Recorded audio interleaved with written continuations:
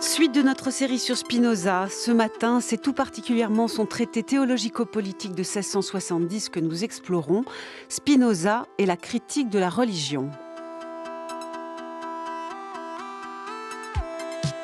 Ce livre, le TTP, comme disent souvent entre eux les spécialistes, Spinoza l'a publié sans nom d'auteur et avec une fausse adresse d'éditeur, mais il fut vite reconnu et inquiété. L'ouvrage est interdit aux Pays-Bas dès 1674 et Spinoza en tirera la leçon. Plus aucun texte de lui après ne sera publié de son vivant.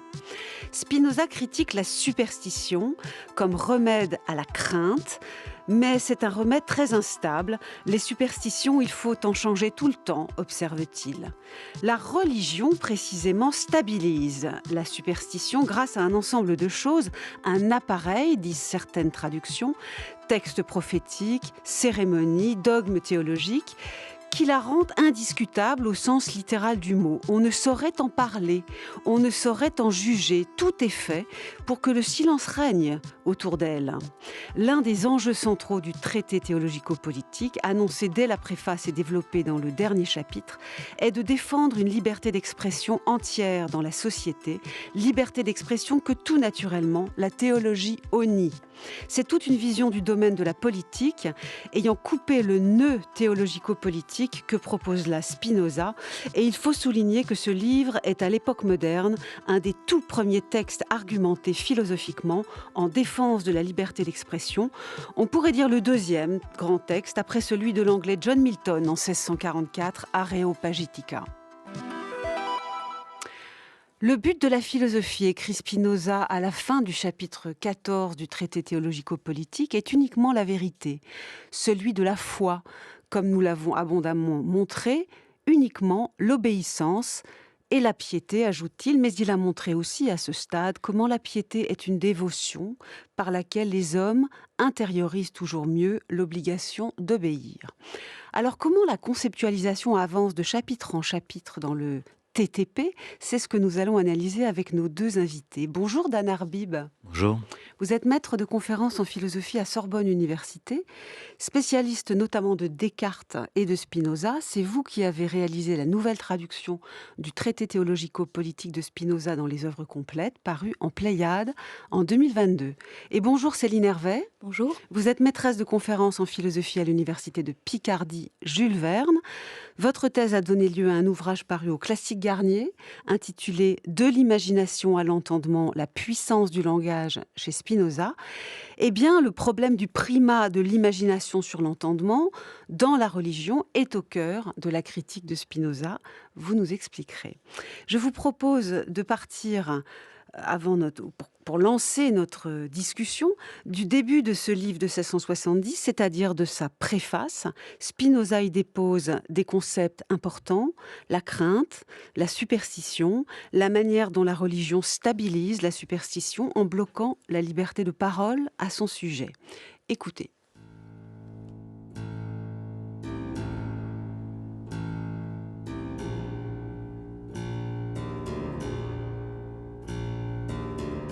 Parce que les hommes, la plupart du temps, du fait de l'incertitude des biens et de la fortune, flottent misérablement entre l'espérance et la crainte, ils ont de ce fait l'esprit fort enclin à croire n'importe quoi. Ainsi donc, la cause par laquelle est engendrée, conservée et entretenue la superstition est la crainte. De cette cause, il suit clairement que tous les hommes sont par nature soumis à la superstition. En outre, il suit que celle-ci doit être extrêmement variable et inconsistante, comme tous les hochets de l'esprit et les emportements de la fureur. Et enfin, qu'elle ne peut être maintenue que par l'espérance, la haine, la colère et la ruse, justement parce qu'elle n'est non pas de la raison, mais de l'affect seul, en cela très efficace. Ainsi donc, autant il se fait facilement que les hommes soient pris par tout genre de superstition, autant il est difficile, au contraire, de faire qu'ils persistent dans une seule et même superstition. Inconstance qui, à vrai dire, fut cause de nombreux troubles et de guerres atroces, car rien ne dirige plus efficacement la multitude que la superstition. Pour éviter ce mal, On s'est donc considérablement appliqué à orner la religion, vraie ou vaine, d'un culte et d'une pompe, de manière qu'elle eût un poids supérieur à toute autre chose et qu'elle fût toujours cultivée par tous avec la plus grande observance. Ce qui, à vrai dire, échut avec grande félicité aux Turcs, qui tiennent même pour impie le fait de disputer, et préemptent le jugement de chacun par tant de préjugés qu'ils ne laissent dans l'esprit nulle place à la saine raison, fût-ce pour douter.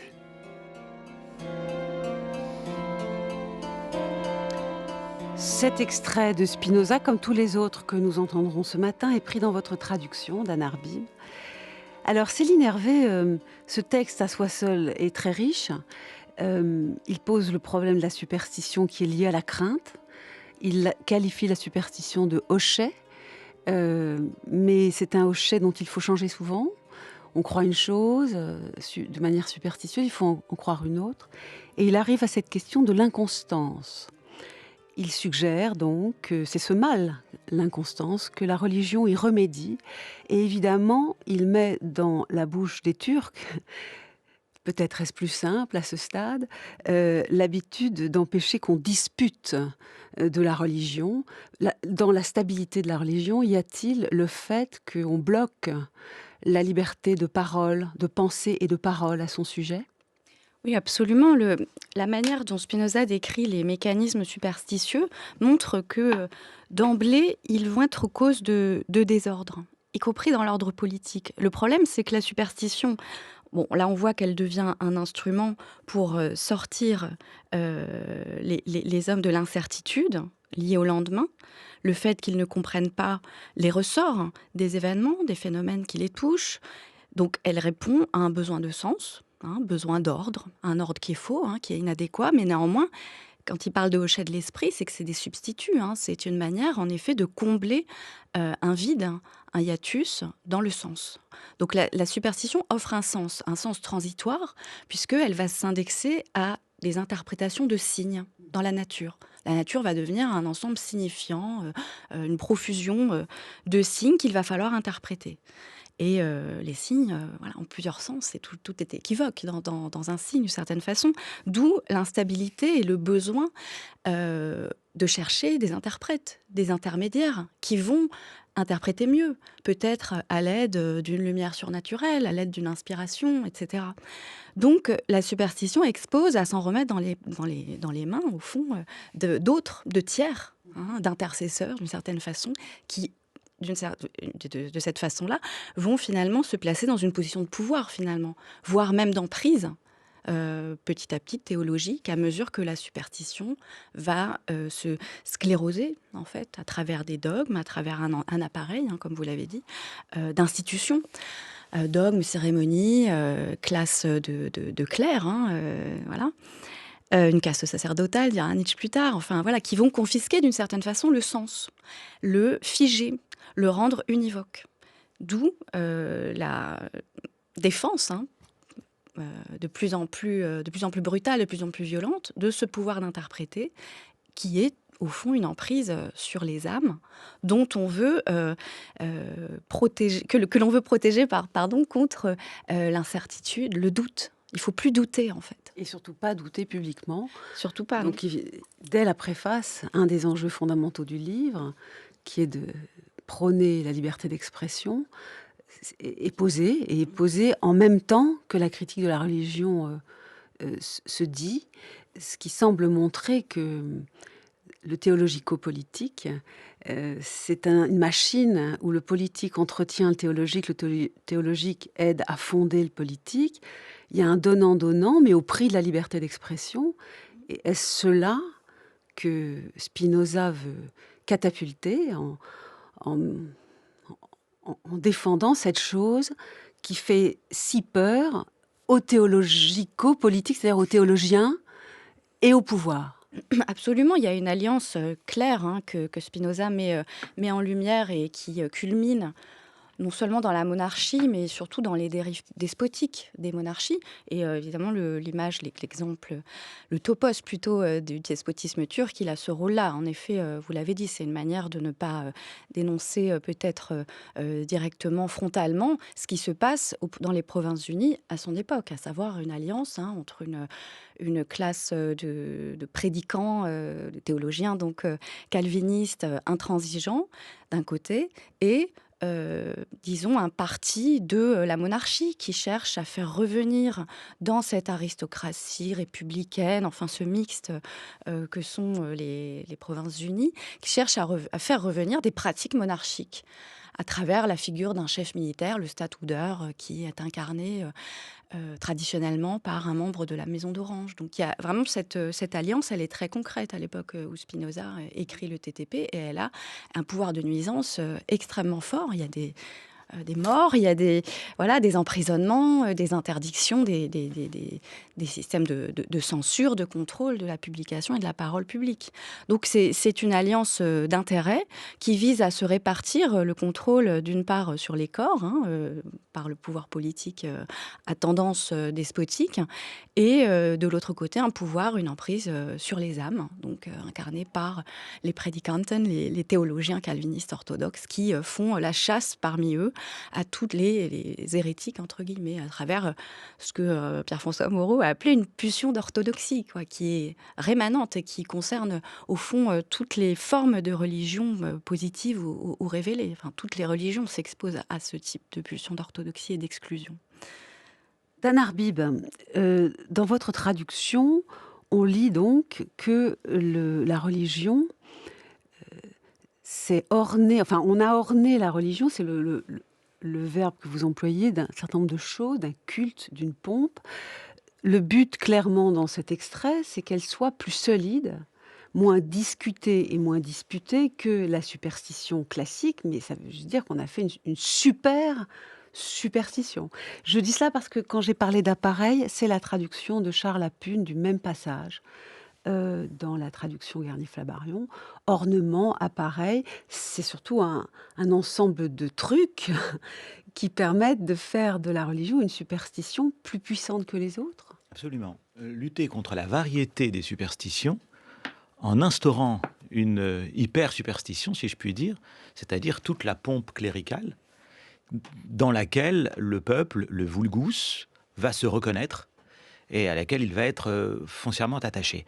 Et ça va produire, en effet, ce que décrivait Céline Hervé à l'instant, c'est-à-dire une consolidation mutuelle. Le théologique va s'autoriser du politique et va le contrôler, et le politique va se parer des ordres du théologique. La légitimité théologique qui va être octroyée au politique va lui donner une beaucoup plus grande assurance. Et donc il faut absolument défaire ce nœud entre le théologique et le politique. Il faut défaire cette solidarité. Et si vous défaites cette solidarité, qu'est-ce que vous obtenez ? Vous obtenez une religion qui n'a plus, en première intention, de consolider le pouvoir politique. Vous obtenez une religion qui, dès lors, ne contrôle plus les pensées, ne contrôle plus les corps. La religion telle qu'elle sert le pouvoir politique et telle qu'elle se constitue elle-même comme pouvoir politique, parce que c'est ça aussi. La religion constitue un pouvoir politique. La religion a tout intérêt à nous discipliner et à nous interdire d'exercer librement notre pensée. Et c'est pourquoi l'un des motifs de rédaction du traité théologico-politique, c'est de prendre la défense de la liberté de philosopher, c'est-à-dire simplement de rendre possible la philosophie. Parce que la philosophie...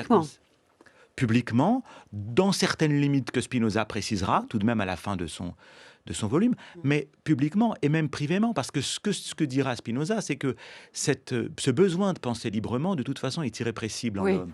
Et que tous les États qui veulent maintenir leur pouvoir au prix de l'interdiction de penser librement, s'exposent à des révoltes, à des révolutions. Et donc Spinoza le montrera à la fin de son volume, il est plus utile pour un État de laisser la liberté aux citoyens, la liberté de philosopher, la liberté de penser, la liberté d'échanger, que de contraindre ou d'opprimer cette liberté, parce qu'en opprimant la liberté des citoyens, l'État s'expose à des révoltes. Et donc, l'État fait un mauvais calcul quand il interdit la liberté de penser. Il y a une très belle phrase sur laquelle j'ai déjà invité Céline Hervé il y a quelques mois, qui nous avait occupés dans un épisode entier. Spinoza dit au dernier chapitre, le chapitre 20, ce qu'on ne peut prohiber ou ce qu'on ne peut interdire, il faut nécessairement le permettre. Absolument, parce que, on y reviendra peut-être, mais quelle idée Spinoza se fait-il de la cité, du pouvoir politique? Ce sont simplement des puissances agglomérées. C'est-à-dire que les citoyens remettent à l'État leur puissance propre. Et donc, en vérité, l'État, le pouvoir public, l'imperium, comme il dit, n'est en fait que l'addition des puissances individuelles. Mais il est toujours loisible aux citoyens de reprendre leur puissance. En vérité, l'état de droit est toujours un état de fait. Si jamais, moi, citoyen, en France en 2025, je décidais de reprendre le pouvoir que j'ai confié aux politiques, je pourrais. Alors si je suis moins fort que le pouvoir politique va s'abattre sur moi et va m'interdire de me révolter. Mais si nous sommes plusieurs à le faire, eh bien le fait triomphera. Le droit, ça n'est jamais en vérité que du fait. Et donc si vous opprimez une trop grande proportion de population, cette population peut parfaitement reprendre sa puissance, se réapproprier son droit qu'elle a initialement cédé et renverser le pouvoir.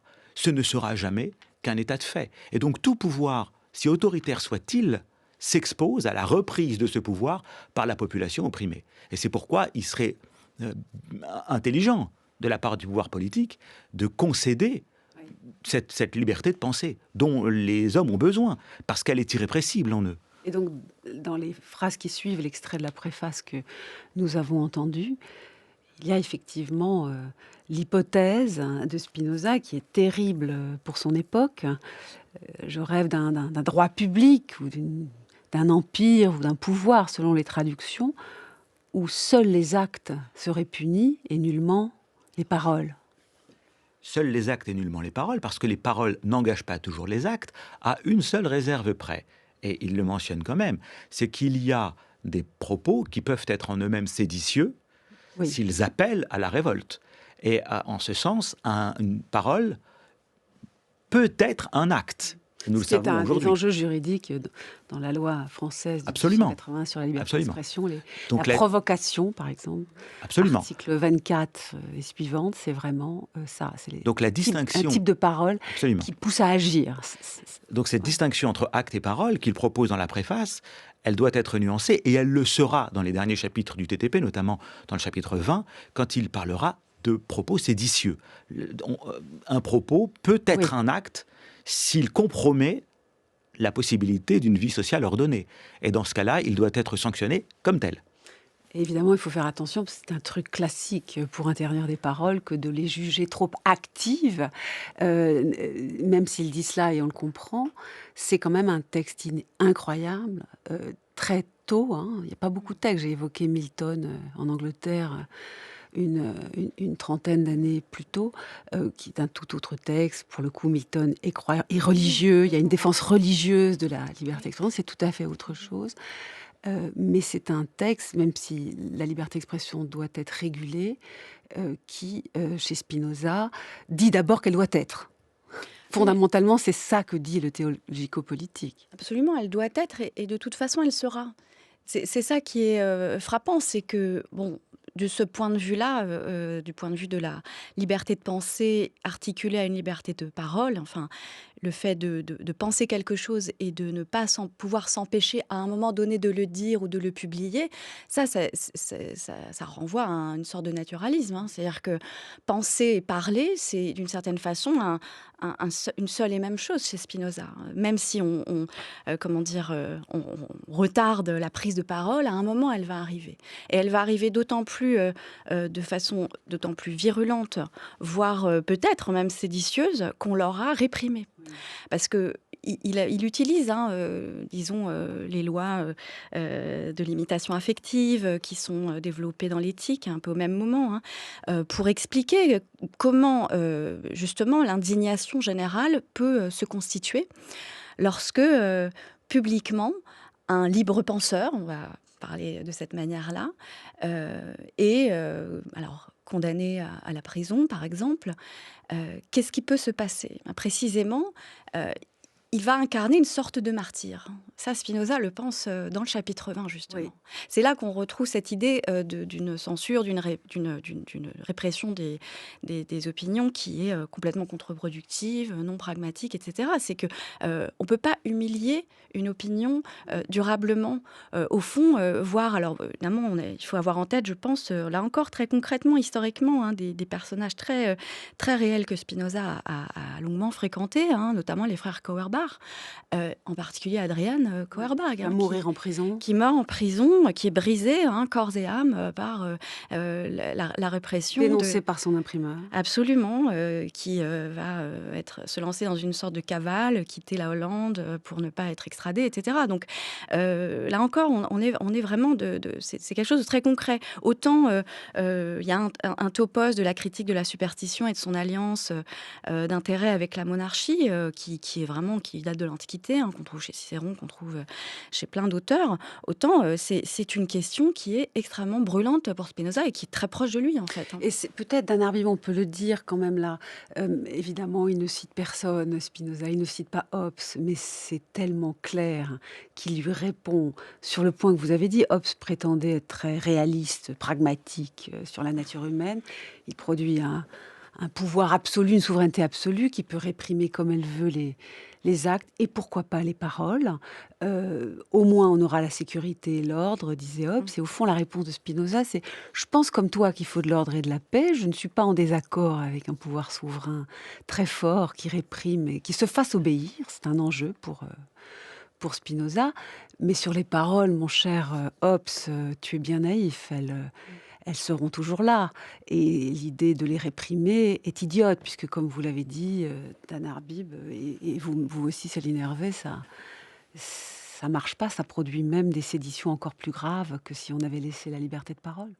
Il y a ce premier point, et un deuxième point que Spinoza thématise explicitement, à savoir que l'ordre politique instauré ne met pas fin à l'état de nature, puisqu'en vérité, l'ordre politique n'est jamais que l'addition des puissances individuelles.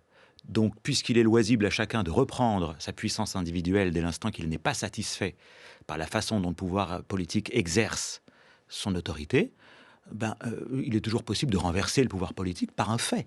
Et par conséquent, l'état de nature ne disparaît jamais.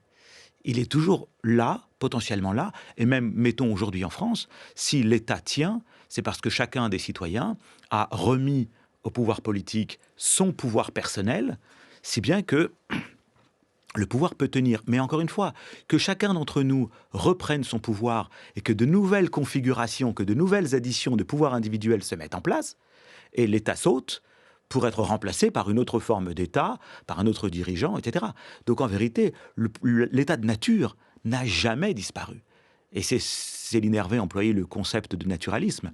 Il est parfaitement justifié ici. C'est un naturalisme d'où on ne sort jamais, en vérité. Alors, je voudrais qu'on avance un peu. Comme nous avons parlé de la question de l'obéissance, des actes et des paroles, je me permets de nous diriger tout de suite vers les chapitres 13 et 14 du traité théologico-politique qui font clairement écho à ce qui est déjà dit dans la préface, à savoir l'objet de la connaissance révélée, je cite Spinoza toujours dans votre traduction, Dan Arbib, n'est rien d'autre que l'obéissance. Et par suite, elle est tout à fait distincte de la connaissance naturelle. C'est une machine à faire obéir, mais c'est justement un type d'obéissance qui est bas, pas digne des humains. L'obéissance est importante en politique. Pour lui, ça l'intéresse, mais pas comme ça, pas dans cette alliance du théologico-politique qui prend les gens pour des imbéciles, et ces gens-là peut-être le veulent bien. Alors, la question de l'obéissance au cœur des religions s'est développée au chapitre 13 et 14. Écoutez cet extrait.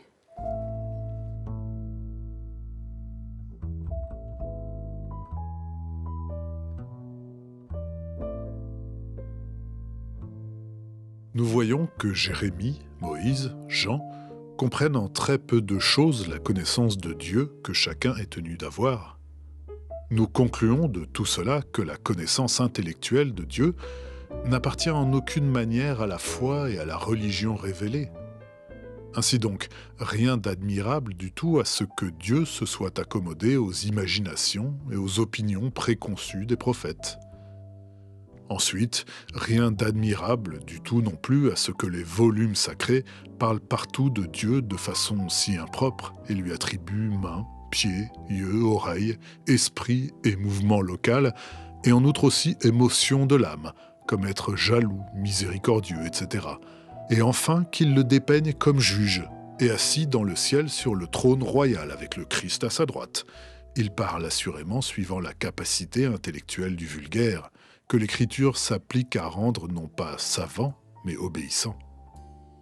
Qui en effet ne voit que l'un et l'autre testament ne sont rien d'autre qu'une discipline d'obéissance, qu'ils ne visent l'un et l'autre qu'à faire obéir les hommes d'une âme vraie.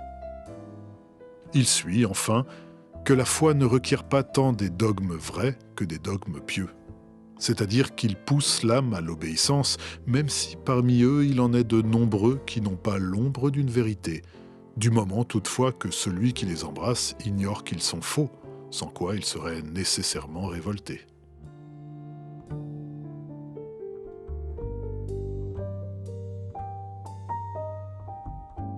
France Culture, avec philosophie. Géraldine Mühlmann. Nous parlons de la critique de la religion chez Spinoza, Spinoza étant l'auteur que nous explorons cette semaine dans une série, dans 4 épisodes. Et ce matin, je suis en compagnie de Céline Hervé et de Dan Arbib. Dans le texte qui vient d'être lu, des chapitres 13 et 14, plusieurs extraits de Spinoza, chapitres 13 et 14 du traité théologico-politique de 1670, Dan Arbib, on retrouve des choses qui ont été déjà annoncées plusieurs fois avant, notamment dans la préface. Les religions sont des machines à faire obéir. On va se demander comment exactement. Mais ce qui est assez intéressant, c'est qu'on avait d'autres passages de Spinoza où il semblait un peu plus tendre avec le christianisme qu'avec le judaïsme. Il y a des pages où il y a un certain hommage à Jésus, à Paul. Pour le coup, dans ce qu'on vient d'entendre, il les range exactement dans la même catégorie. L'un et l'autre testament ne sont rien d'autre qu'une discipline d'obéissance. Charles Lapune, autre traducteur, dit une leçon d'obéissance. À ce moment-là, ce sont toutes les religions révélées. Il n'y a plus de différence faite par Spinoza. Ce sont toutes les religions révélées qui sont critiquées. Alors oui, c'est important ce que vous dites, à savoir qu'il n'y a pas de marcionisme chez Spinoza, c'est-à-dire qu'il ne refuse pas la continuité de l'Ancien Testament et du Nouveau Testament. Pour lui, il y a un seul esprit qui souffle dans les deux textes. Quel est cet esprit ? Pour l'établir, Spinoza met en œuvre une critique de l'écriture sur laquelle on pourra revenir, mais qui consiste à lire l'écriture elle-même à partir d'un certain nombre de règles, de méthodes. Ces règles de méthode permettent d'établir une thèse. C'est celle que nous avons vue au milieu de ce texte, que nous avons entendu. Dieu, quand il se révèle aux prophètes, s'accommode à leur imagination. Ce qui veut dire que les prophètes n'ont pas eu de connaissance intellectuelle de la nature de Dieu, mais ils ont eu une connaissance imaginative. Et l'imagination ne nous permet pas d'avoir une connaissance vraie. Oui. L'imagination, vous l'avez vu dans les épisodes précédents, elle est très dépendante de mon corps, de la manière dont les corps extérieurs m'affectent. Autrement dit, elle est très idiosyncratique, si je puis dire, elle est très personnelle, elle est très liée à ma complexion propre. Si bien que si vous prenez chacun des prophètes et que vous établissiez le rapport de la révélation qu'ils ont eue à l'état de leur corps, à leur tempérament, à leur préférence, à leur époque, vous obtenez des révélations à chaque fois différentes. Comment faire pour comprendre l'unité du texte ? Eh bien, l'unité du texte, ce sera, si je puis dire, le plus petit commun dénominateur des révélations obtenues par chacun des prophètes. Et qu'est-ce que c'est que ce plus petit commun dénominateur de la révélation ? C'est la pratique de la justice et de la charité. Tous les prophètes ont eu des révélations différentes parce qu'elles dépendaient de leur complexion, de leur époque, de leur préférence, de leur tempérament, de leur caractère, tout ce qu'on voudra. Mais tous ont eu en partage l'impératif de pratiquer justice et charité. C'est donc le message de l'Écriture. Ce message se lit aussi bien dans l'Ancien Testament que dans le Nouveau Testament. Alors il est clair que de ce point de vue, la personne de Jésus, d'une part, la révélation du Nouveau Testament, d'autre part, est plus en accord avec l'impératif de justice et charité. Il y a surtout moins de commandements. Il y a moins de commandements. Pour quelle raison ? Que dans le judaïsme. Parce que le judaïsme est vu pour Spinoza comme une religion politique. C'est-à-dire que les 613 commandements qui établissent les lois juives, ce que les juifs appellent la halacha, c'est-à-dire la manière de se comporter en obéissant à certaines prescriptions, sont vus pour Spinoza comme des règles politiques liées à l'établissement d'un État. Dès l'instant qu'il n'y a en pas... effet, je vous cite, parce que c'est vraiment Bien sûr. Clair, dès la préface. Je tire la leçon que les lois de Moïse, révélées par Dieu, n'étaient rien d'autre que les règles de droit de l'empire singulier des Hébreux. Votre traduction, Charles Lapune, dit le droit propre à l'état des Hébreux. Absolument. Donc les commandements, c'est-à-dire la pratique rituelle juive, pour le dire dans nos termes, la pratique rituelle juive n'est rien d'autre que le droit positif de l'État juif. Mais dès l'instant qu'il n'y a plus d'État juif, et Spinoza est assez pessimiste sur la possibilité d'en restaurer un, dès l'instant qu'il n'y a plus d'État juif, le rite juif n'a plus de légitimité. Qu'est-ce qu'il reste ? Eh bien, il reste la justice et la charité comme esprit de l'écriture. Mais vous ne trouvez pas que pour le christianisme aussi, lorsqu'il dit les apôtres, qui sont au fond un peu des prophètes, non pas à un moment prêché en prophète, mais en docteur, c'est une phrase de Spinoza, il a fallu convaincre des grandes masses. Vous ne croyez pas que toutes les religions, pour Spinoza, en vérité sont politiques, et le christianisme ne l'est pas tellement moins que le judaïsme? Alors pourquoi Spinoza dit-il cela ? Parce qu'il se rend bien compte que pour persuader justice et charité, il faut parler de façon, si je puis dire, adressée à l'interlocuteur. Voilà. Et par conséquent, faire fond sur ses propres convictions. Et donc, il a été inévitable qu'on ait monté sur la justice et la charité, qui sont l'essence de la prescription biblique, il est inévitable qu'on ait monté un certain nombre de thèses philosophiques. Parce qu'effectivement, on s'adresse à des individus qui ont des convictions de nature philosophique. Mais ces convictions de nature philosophique, qui sont celles qu'on intègre, si je puis dire, dans le discours, sont en vérité une pellicule superficielle et superflue. Elles ne constituent pas le cœur. En tout cas, c'est pas ce qu'il appelle la religion vraie. Ce qu'il y a du vrai et du rationnel dans la religion, il n'a jamais dit qu'il n'y en avait pas. C'est la capacité à nous faire connaître, donc c'est pas de la politique ça, connaître les vraies valeurs morales. Absolument. Mais dans toutes les religions, arrive un appareil, pour reprendre notre discussion, qui enseigne, apprend à se soumettre. Alors c'est peut-être plus caricatural dans le judaïsme pour Spinoza, mais dans le texte qu'on vient de lire, les apôtres, les chrétiens ont fini par faire exactement la même chose, c'est-à-dire par fabriquer du théologico-politique. Oui, mais ici, c'est se soumettre à la loi de justice et charité. C'est pas forcément se soumettre à l'appareil politique de l'Église. C'est se soumettre à l'impératif de pratiquer la justice et la charité. Ce qui est important aussi, c'est que si le développement de la justice et de la charité en appareil philosophique d'une part et en appareil politique d'autre part est inévitable, il serait fâcheux que ces deux appareils se retournent contre la justice et la charité. Et c'est un peu ce à quoi on assiste. Mais très concrètement, on le voit autour de nous. Si vous voyez quelqu'un d'extrêmement religieux, d'extrêmement pratiquant, etc., dont la pratique n'est pas solidaire d'une impulsion spirituelle profonde en direction de la justice et de la charité, vous direz que tout ce qu'il fait ne sert à rien. Et que, en vérité, tout cela n'est que superstition. Ce petit ritualisme précis et en fait absurde se tourne contre l'esprit de la religion. Oui, toute la lettre liturgie, tue l'esprit. en fait, Toute la liturgie, absolument. Est condamnée comme éloignant de la seule chose vraie et rationnelle qu'on peut trouver en débarrassant l'écriture de tout ce qui est faux en elle, et c'est le mot de Spinoza, la fausseté, qui est des valeurs morales rationnelles. Quoi. Alors il ne dit pas fausseté, il dit... il faut que ces dogmes doivent être non pas tant vrais que pieux. C'est-à-dire que la religion vraie n'a pas vocation à nous dire le vrai, parce qu'elle est dépositaire de la vérité de la religion. Et la vérité de la religion, ça n'est pas une affirmation théorique ou dogmatique sur la vérité des choses, sur la nature de Dieu, sur ses attributs. La religion ne nous dit rien de vrai quant à Dieu. Par contre, la religion est vraie quand elle nous dit la vraie manière de nous comporter envers autrui et envers Dieu, c'est-à-dire pratiquer la justice et pratiquer la charité. La vraie religion nous dit la vérité de la religion, pas la vérité des choses dont il est question dans la religion, à savoir Dieu et tout le système théologique. Mais cette vérité de la religion, on peut la voir, on peut même faire ce que Spinoza appelle connaître Dieu, dont on a déjà parlé dans les épisodes précédents. Pour lui, c'est connaître les règles rationnelles de la nature, du tout de la nature. C'est ça Dieu pour lui. C'est pour ça qu'en fait, même s'il parle de Dieu, c'est insupportable la manière dont il en parle pour toutes les religions révélées. C'est insupportable. Et on peut surtout pratiquer cette vérité, et il le faudrait, en fuyant quand même fondamentalement les religions qui engloutissent la petite part de vrai dans tout un tas de choses qui dénoncent quand même souvent comme fausses, on l'a entendu dans l'extrait précédent, comme mensongères. Donc ça n'amoindrit en rien cette histoire de vraie religion, de vérité de la religion, la critique de la religion. Non, c'est là qu'il faut peut-être revenir sur le rapport superstition-religion, parce que le problème de la dérive superstitieuse, il n'est jamais totalement écarté, hein.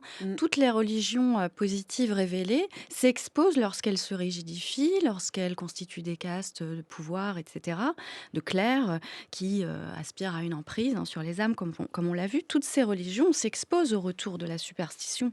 Et là, Spinoza, il fait un geste à la fois généreux et profondément philosophique, c'est qu'il distingue l'obéissance de l'observance. C'est-à-dire que la religion ne tient pas, la vraie religion ne tient pas dans l'observance des rites, des cultes, etc.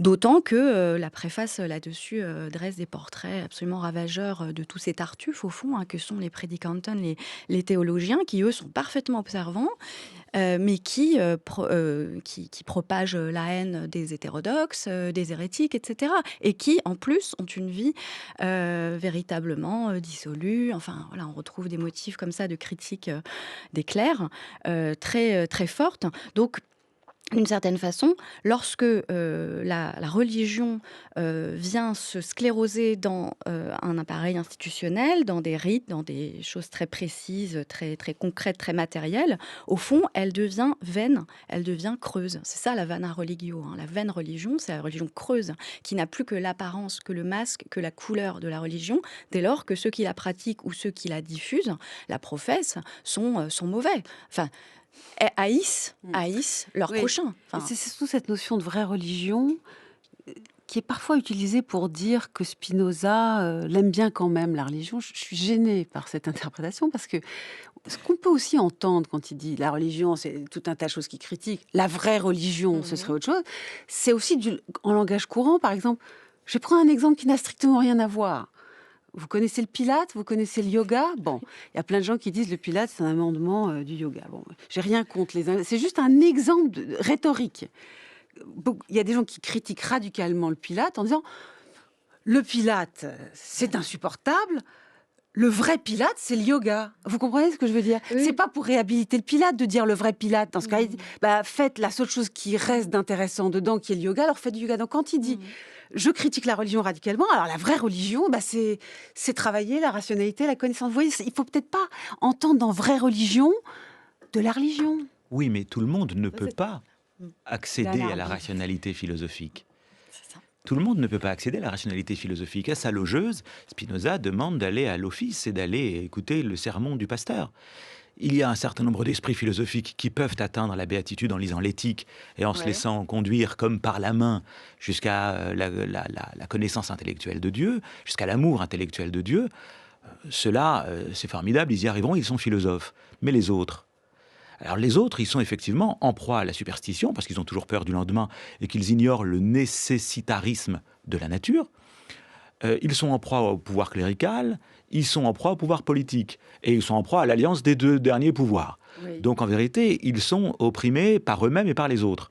Ceux-là, qui s'adonnent à toute forme de superstition et à cette forme de superstition qu'est le ritualisme excessif des religions fossilisées, on leur dit « reprends possession de ton texte, reprends possession des Écritures », parce qu'en fait c'est cela que nous dit Spinoza. Reprends possession de ton texte et à partir de là, tu pourras reprendre possession du sens de la religion. Mais en même temps, si c'est pas leur truc, à ce qu'il appelle le vulgaire, il faut bien reconnaître que là, Spinoza, pour aller au bout de la critique de la religion et à sa place pratiquer uniquement la connaissance rationnelle, ça ne s'adresse pas à tout le monde.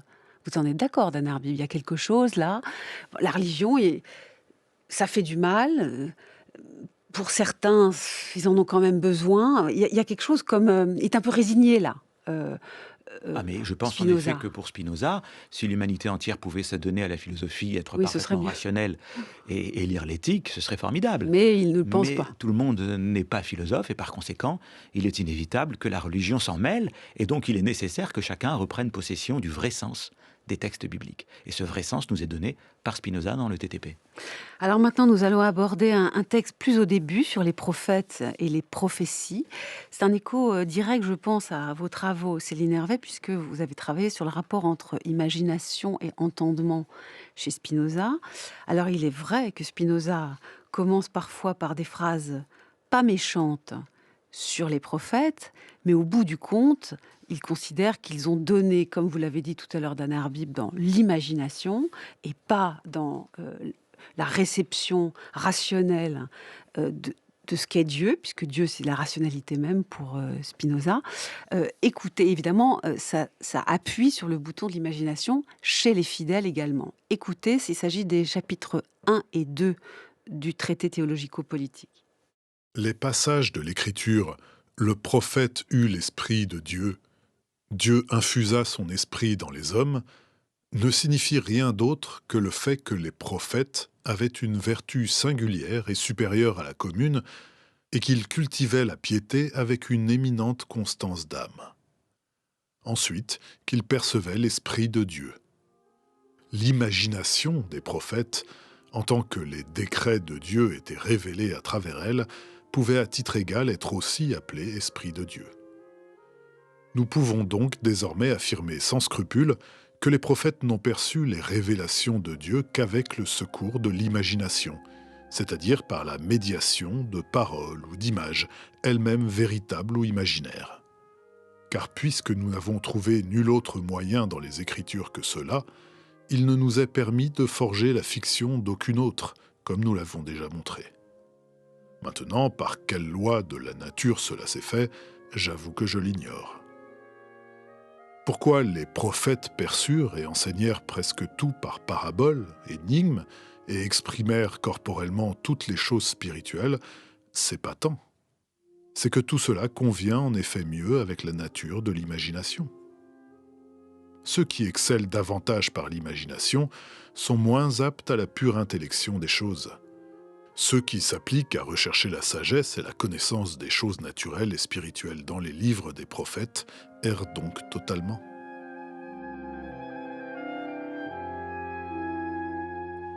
Céline Hervé, je vous laisse commenter ce texte. Alors, il faudrait peut-être, pour comprendre ce dont résulte ce passage, passer précisément par le déploiement de tous les sens possibles que revêt cette expression qui est stratégique dans l'écriture, qui est l'expression « esprit de Dieu », qui s'appuie sur un terme hébraïque, roar, voilà.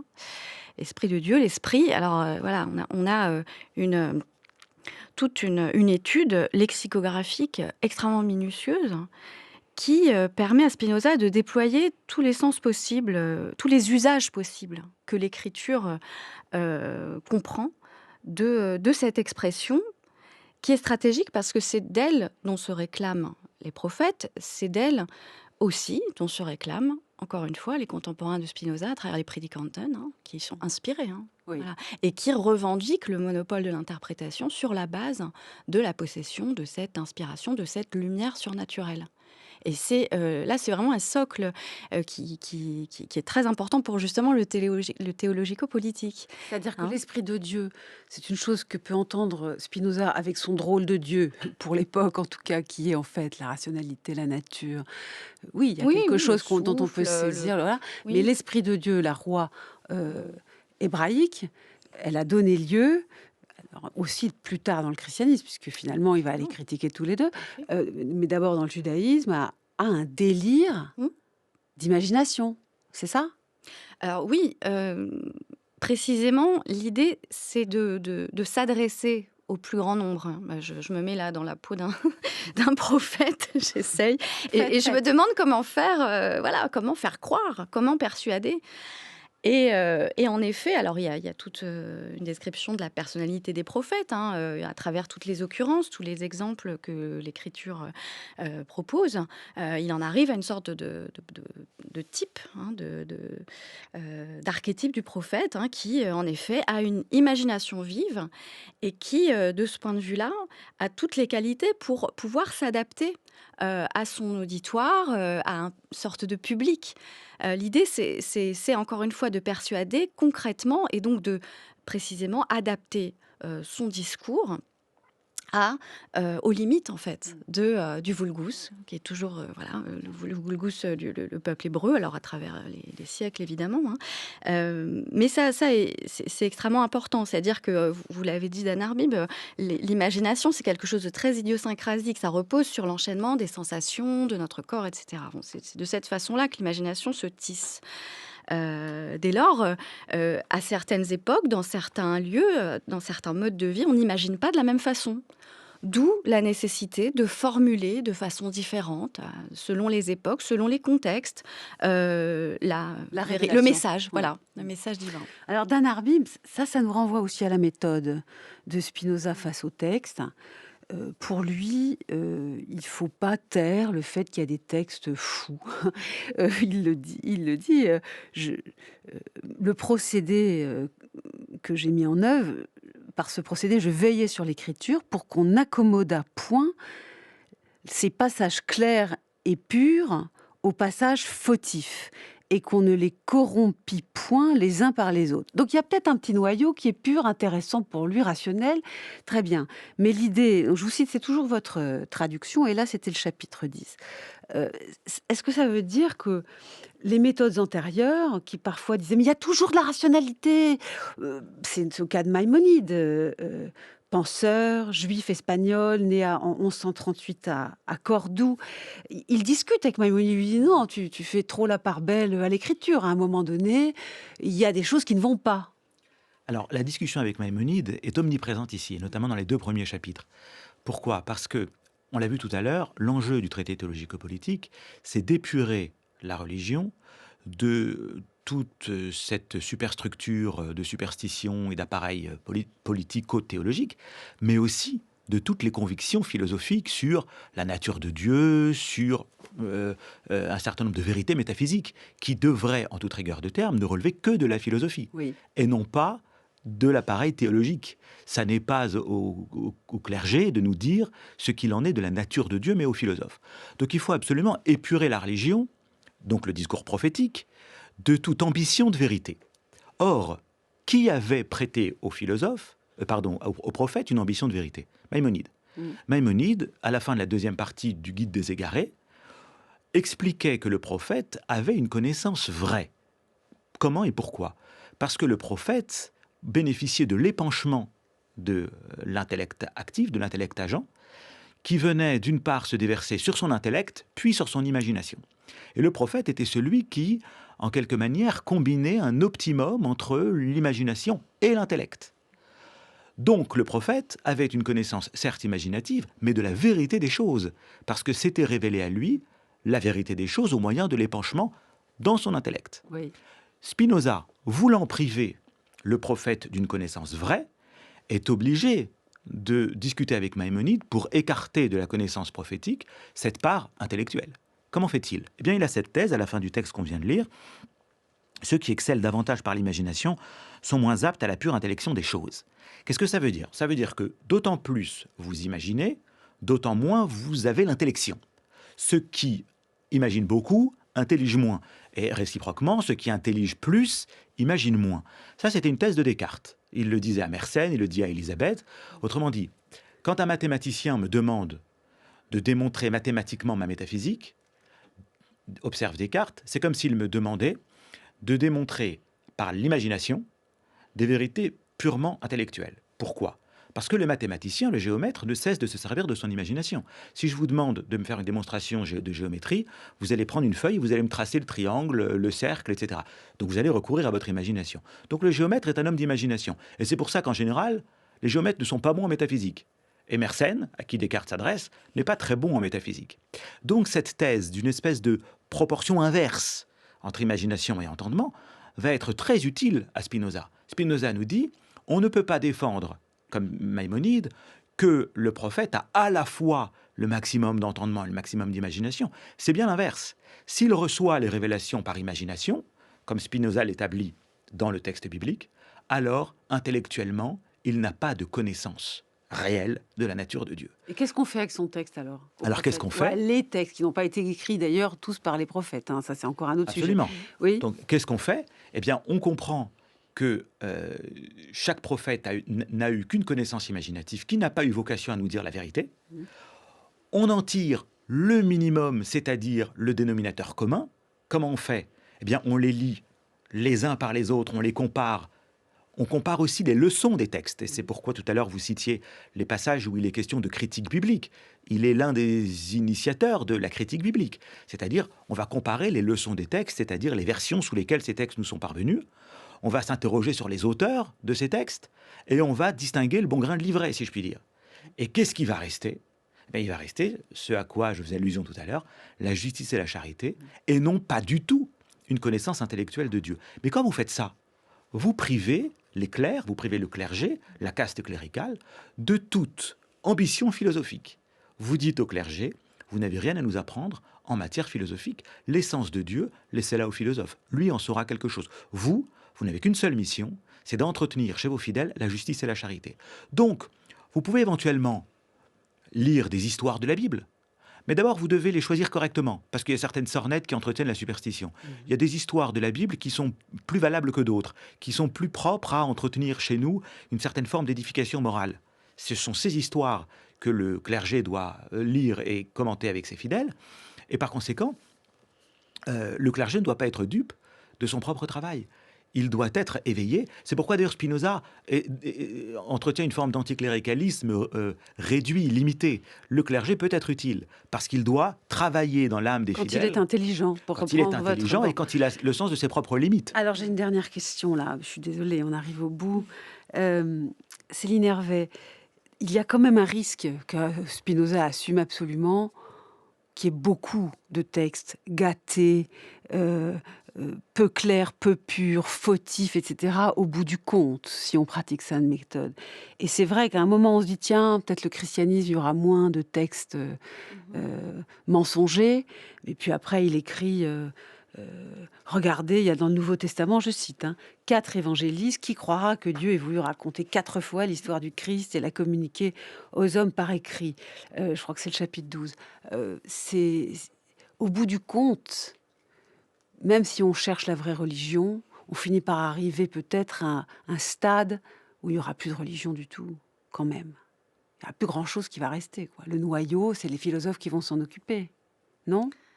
Je pense que la vraie religion est peut-être plus précisément les quelques points cardinaux que Spinoza évoque dans le chapitre 14, ce credo minimum, représente un stade d'une sorte de compromis entre les délires de la vana religio et la possibilité de la résurgence de la superstition et le stade ultime de la connaissance intellectuelle de Dieu.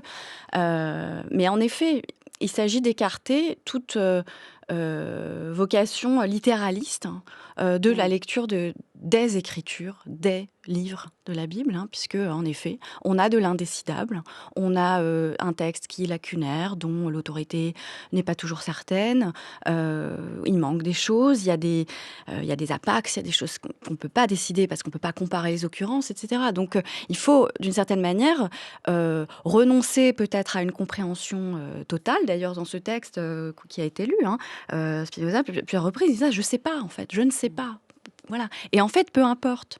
Au fond, la pierre d'achoppement de la foi, finalement, c'est la pratique de la justice et de la charité, l'amour du prochain. C'est ça qui va permettre d'évaluer et de ménager une place, alors, à un clergé sous contrôle, quand même, des autorités de l'État, pour que, précisément, il ne compte poursuivent pas cette entreprise Oui, mais d'empiètement. pas l'État Empiètement. autoritaire qui utilise la force du clergé, pas un Non. État qui donne la liberté d'expression à tout le monde pour que le clergé soit exposé. C'est bien ça. Absolument, oui, J'ai bien compris. oui, tout à fait. Mais néanmoins, l'idée, c'est quand même d'empêcher cette manière d'empiètement que le pouvoir théologique s'arroge, ces tentatives de parler de science, de philosophie, et décider comment les hommes doivent être gouvernés. Parce que ce qu'on n'a pas dit, je dis en 2 mots, c'est qu'il y a quand même une résurgence du modèle théocratique à l'époque où Spinoza écrit. C'est pour ça que la République des Hébreux, il faut revenir quand même au texte pour savoir ce que c'était.